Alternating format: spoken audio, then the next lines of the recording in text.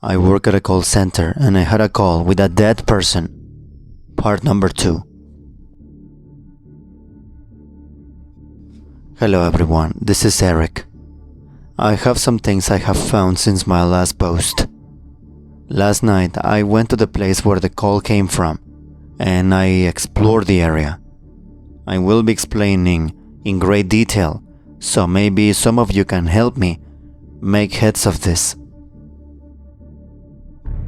It started when I woke up around 3 a.m. I got a call from the same lady, but this time I decided to actually answer it.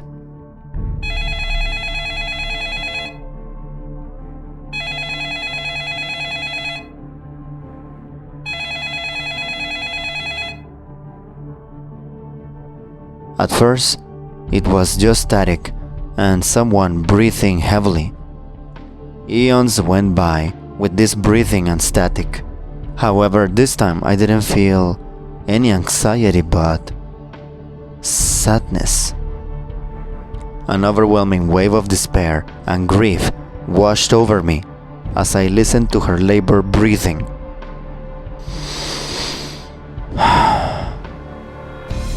As I cried, I was assaulted with visions of her and looking through the past in her point of view. I felt her skin and I could hear her thoughts.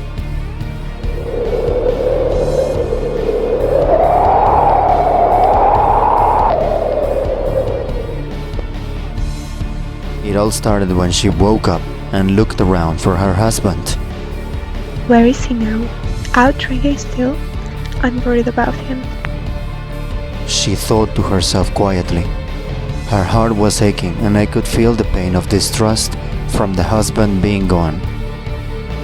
She stood up and walked downstairs to look out the window to see if his car was there.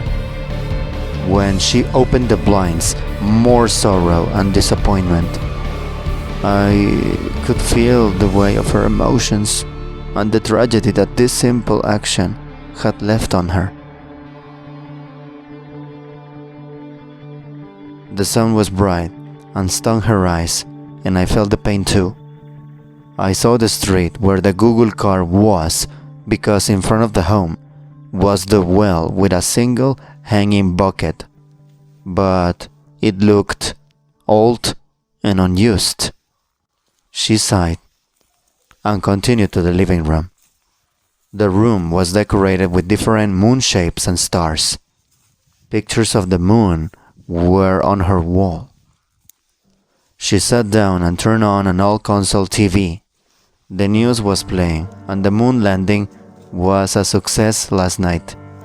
She was feeling excited to hear this. It was akin to a childlike wonder. Then she thought to herself, Who would have guessed we land on that rock? I could tell this meant a lot to her, and I felt happy for her. A warming moment in this cold ocean of loneliness she has been feeling. She sat there a little bit longer, listening to the TV broadcast, until her husband stumbled through the front door, drunk and agitated. What are you doing there, sitting on my couch, you worthless woman? Get on the kitchen and make breakfast. He hiccuped and slurred his speech, but she understood him. A part of her was happy that he was safe, but the other half was scared he was safe too. Honey, don't you think you need to... Before she could finish, he backhanded her hard and knocked her to the floor. The resentment of the man she once loved and cared for diminished further as she cried on the floor, holding her face in pain.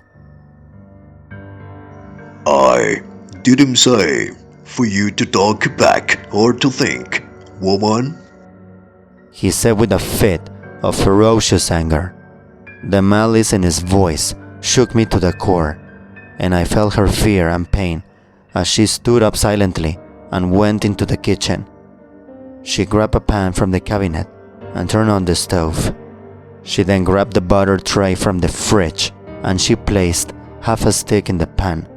She pressed the lid to the tray to her face. The cold porcelain lid was cooling and a little calming and helped soothe her body and slowed her racing mind. She grabbed some eggs and started to cook them. He would want them over easy. She thought, staring into the pan, thinking of her past.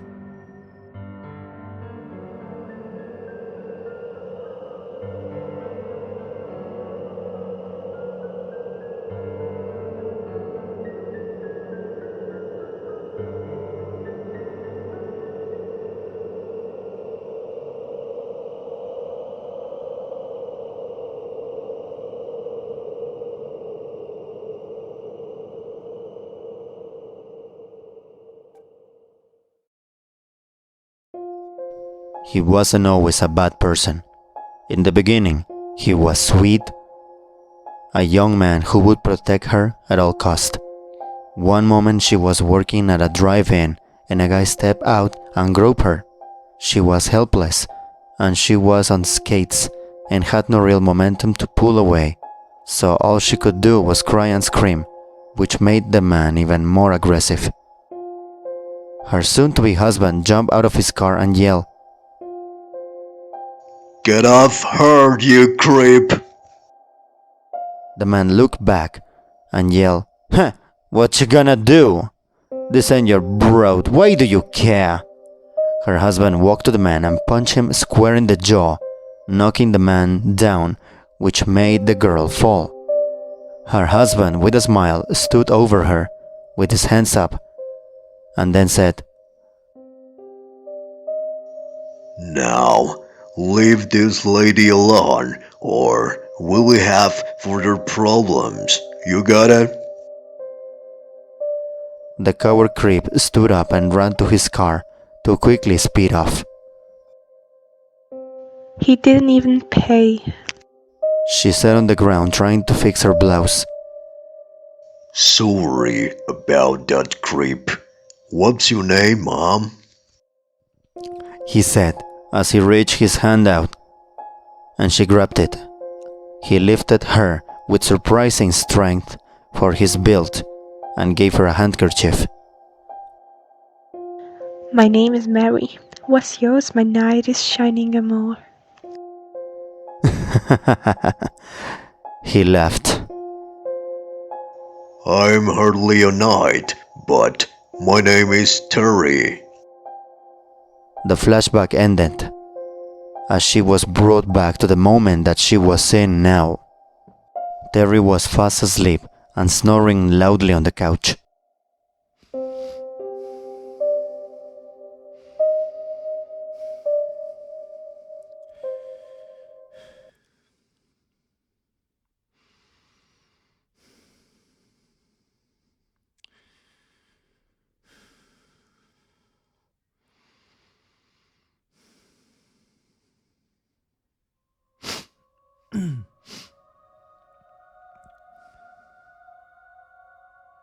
She was crying, seeing how her relationship started, to how it ended, breaking her body, her mind, and soul. The pain on her face was dying down, but the emotional trauma it left was long-lasting. She finished the meal and brought it out to him on the couch. She went to wake him up and noticed a phone number written on his palms and a hickey on his neck. He smelled of perfume that she never owned. Her sadness and anger were overwhelming and her mind was racing. She somehow shook it off as nothing she didn't expect and woke him up with a smile. Hon, here is your ex. She said timidly. "Just leave it there and leave me alone." He snarled at her, but then went back right to sleep. She spent the rest of the day cleaning around him and not saying anything to him. His face was a constant state of annoyance, and it seemed off. Later that night, he left, and she slept on the couch since her bed doesn't even seem welcoming anymore. She woke up to a loud noise in the middle of the night.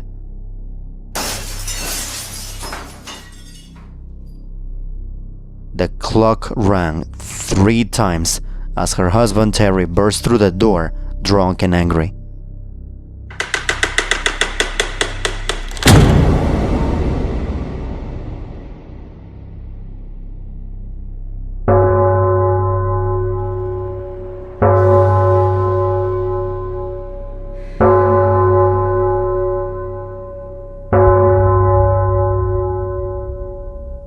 He jumped at her, pinning her down as another woman came in and duct taped her mouth.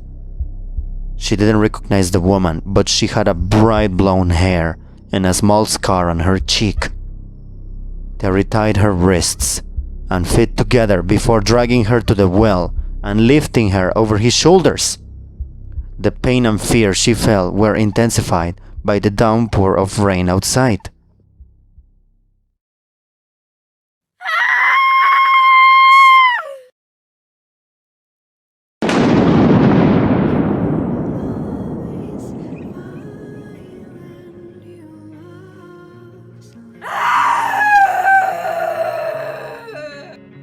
Without saying a word, he tossed her into the well, and on the way down she hit her head, knocking her out.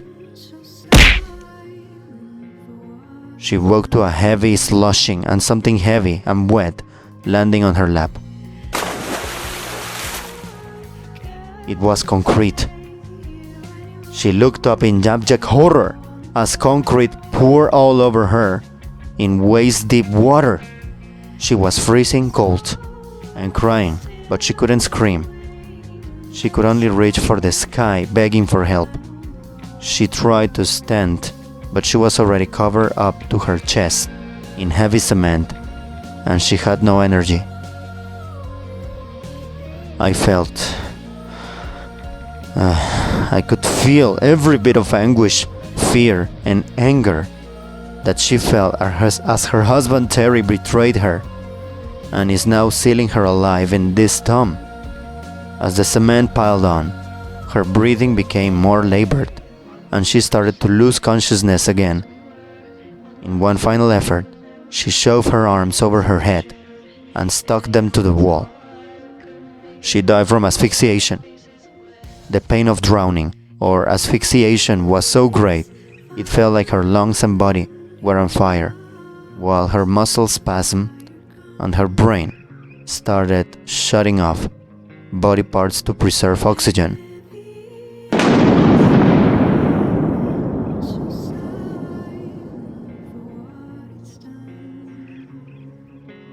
I woke up from her visions and I was covered in sweat. She said one last thing over the phone. Help me, I'm stuck. I replied with anger and determination. Don't worry, ma'am. Terry will not get away with this.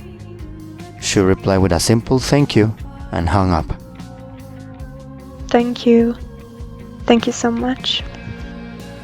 I stood up and I typed the address in my computer and saw that it was only about 30 minutes away, and I started to look up where Terry may live.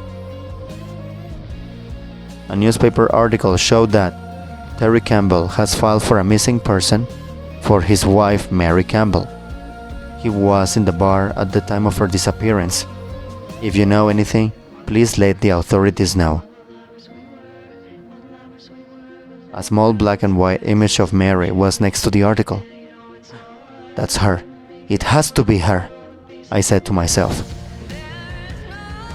I got in my car and I went to the side of the old home and I looked around the area.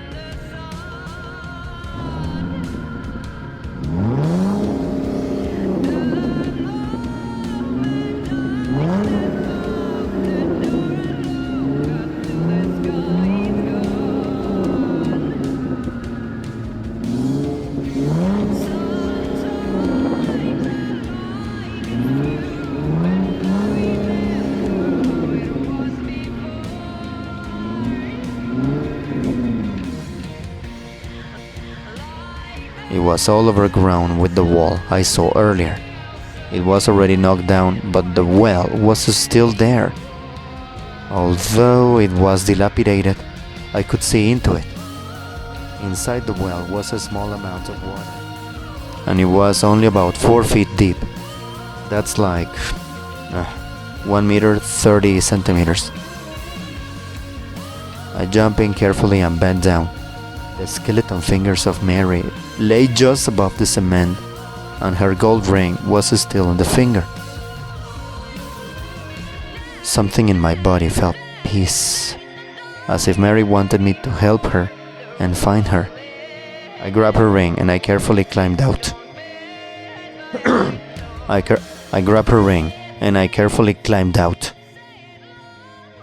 The ring was beautiful and still shiny, as if it was brand new. Inside were engraved the words, Amor in aeternum. I don't know any Latin, so if anyone knows this, please let me know. The calls have stopped, and now all I have to do is look for this guy and see where he is. My god, I'm not sure how to handle it or how to approach Terry. Hell, he may be even dead by now. Anyway, she may be stuck still, but I will give her the peace that she deserves. Until next time, this is Eric.